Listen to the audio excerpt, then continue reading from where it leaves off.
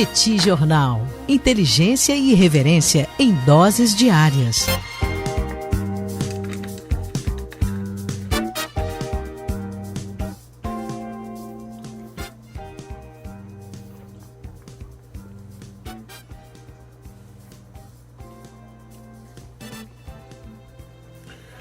Olá, caríssimos e caríssimas ouvintes do Petit Jornal, caríssimos e caríssimos apoiadores e apoiadoras do Petit Jornal. Estamos aqui hoje para mais uma coluna de política internacional para a gente falar sobre a bizarríssima eleição na Bielorrússia, em que o absolutamente impopular Lukashenko conseguiu impressionantes 79,7% dos votos.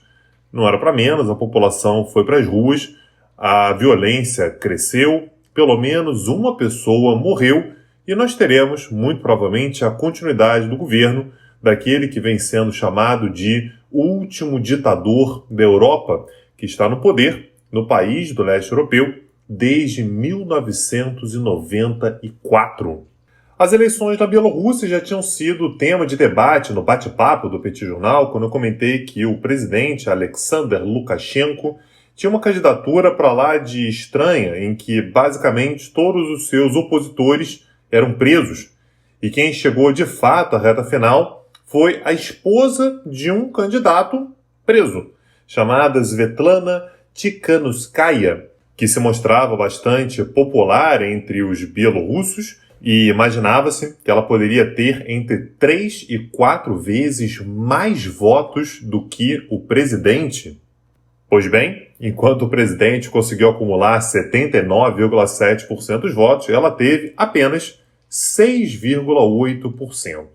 A questão é que o governo mal tentou esconder os indícios de fraude, e eu vou mencionar alguns deles aqui, que certamente vão fazer com que o país fique sob pressão, sobretudo dos países da União Europeia e dos próprios Estados Unidos. Muito embora essa pressão ela vai ser aliviada, uma vez que, sempre ele, Vladimir Putin, congratulou o presidente Alexander Lukashenko pela sua grande vitória nas eleições. É importante lembrar, antes de a gente falar sobre os indícios de fraude, que a Rússia considera a Bielorrússia estratégica, uma vez que funciona como um país que separa a fronteira russa dos países da OTAN. É importante lembrarmos que a Bielorrússia ela faz fronteira com a Polônia, com a Lituânia e com a Letônia, 3 países que fazem parte da Organização Militar do Ocidente, a OTAN.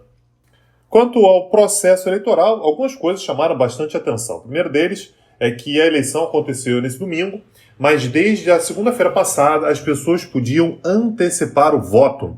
E, segundo o governo, impressionantes 41% dos eleitores teriam votado de forma antecipada, o que levou a um fenômeno curioso. Quando as pessoas foram votar, no domingo, as urnas estavam tão cheias, mas tão cheias de cédulas depositadas antecipadamente, que o voto das pessoas simplesmente não cabia, o que acabou fazendo com que algumas sessões tivessem cenas absolutamente fraudulentas também, de funcionários do governo, esvaziando as urnas para que os votos coubessem das pessoas que foram votar no dia da eleição. Algumas sessões eleitorais ficaram tão entusiasmadas com a ideia do voto antecipado que anunciaram um número de votos antecipado maior do que a quantidade de eleitores registrados para aquela sessão. Uma sessão chegou a anunciar que um total de 112% dos eleitores teriam votado antecipadamente, e outra registrou um número um pouco mais modesto, apenas 107% teriam votado antecipadamente.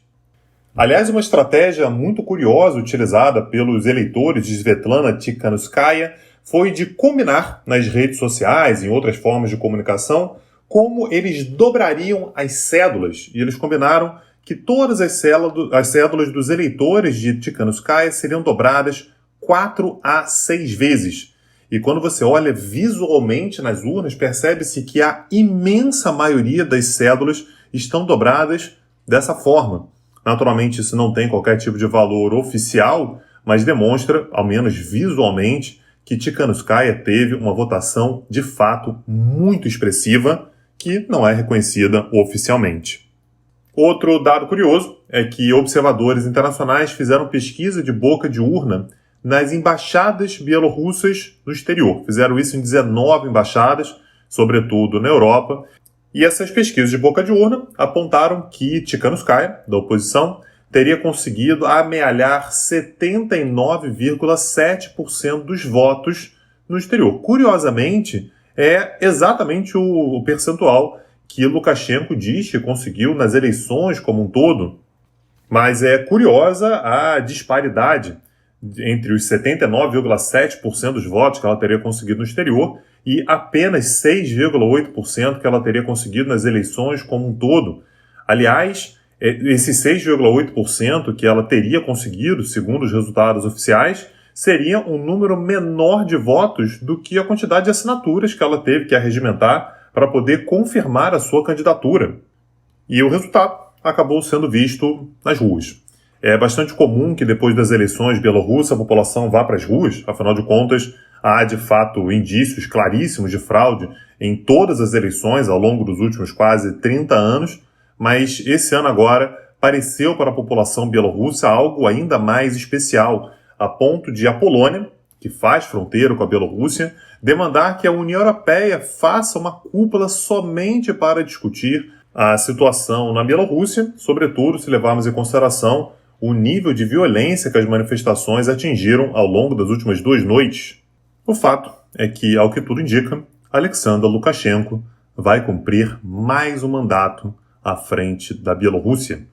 Se esse e outros temas do Petit Jornal te interessam, você pode se tornar um apoiador do nosso projeto, acessando o nosso site www.petitjornal.com.br e entrando na aba Apoie o Petit. E, aliás, não se esquece de se inscrever para a nossa 4ª aula gratuita que vai acontecer nesse dia 11 de agosto. Se você estiver ouvindo essa coluna no dia em que ela foi lançada, também conhecido como hoje, às 21 horas, quando eu e o professor Daniel Souza vamos falar sobre Instagram e TikTok, a crescente tensão entre Estados Unidos e China. Tenho certeza que você vai curtir. Meu nome é Tanguy Bagdadi e eu falo para o Petit Jornal.